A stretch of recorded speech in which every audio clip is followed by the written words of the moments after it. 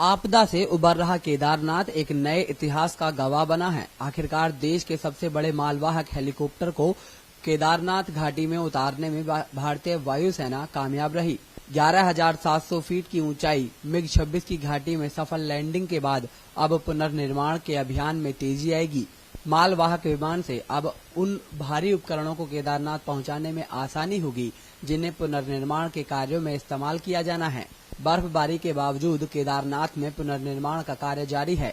निम के 250 श्रमिकों सहित पुलिस प्रशासन की लगभग 350 सदस्य टीम इस मिशन में जुटी हुई है।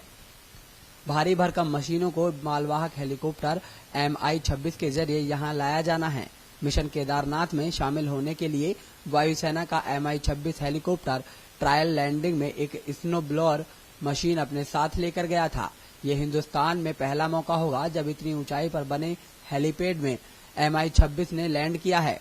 अब तक हिंदुस्तान में इस मालवाहक हेलीकॉप्टर ने इतनी ऊंचाई पर लैंडिंग नहीं की है, क्योंकि 10,000 फीट से अधिक ऊंचाई पर इसकी लैंडिंग के लिए जरूरी विशिष्ट हेलीपैड भारतीय सेना के पास भी नहीं है। सियाचिन में भी इतनी ऊंचाई पर इस लंबाई चौड़ाई का पक्का कोई हेलीपैड नहीं है।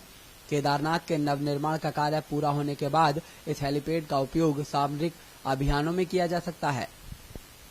निम के 250 श्रमिकों सहित पुलिस प्रशासन की लगभग 350 सदस्य टीम इस मिशन में जुटी है।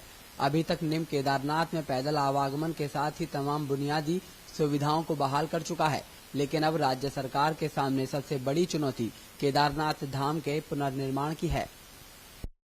वायुसेना का मालवाहक हेलीकॉप्टर Mi-26 के उत्तराखंड पुनर्निर्माण कार्यों को पूरा करने उतरना उत्तराखंड के लिए शुभ संदेश है, जिसको लेकर मुख्यमंत्री हरीश रावत भी खुश दिखाई दे रहे हैं।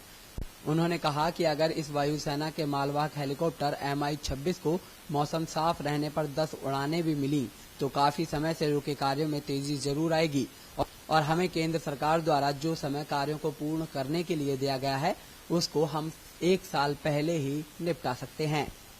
भगवान केदारनाथ से प्रार्थना कर रहे हैं कि मौसम ठीक रहे और यदि हमको 10 उड़ानें भी मिल जाती हैं तो हमारा बहुत सारा सामान वहां पहुंच जाएगा।